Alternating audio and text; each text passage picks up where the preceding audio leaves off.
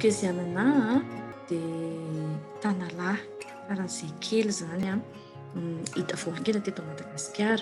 Izany hoe ny fombafomba fiainana mipetraka any anaty ala izy, anaty ala any amin'ny faritra avaratra atsinanana iny izany, ny faritra Vohimara, ny toerana any amin'ny karazana ataoko hoe tendrombohitra, iny zany no tena ahitana azy.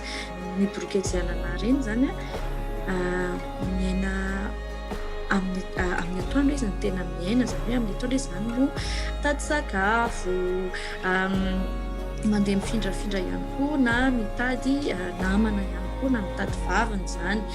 Dia kely dia kely ny borgesianana ary mirefy eo amin'ny 20 milimetatra eo izany ny lahy, fa ny vavy ngezangeza kokoa noho izay, manatody ohatran'ny tanalahy rehetra ary mihinana an'ireny bibikely karazan'ireny hoe ny vitsika, ozy izy tsika hoe insecte zany, tsy voatery hoe vitsika ihany fa ireny zavatra kely be dia be any anatiny, fakofako nahitra any anaty ala zany dia amin'ny tany zany.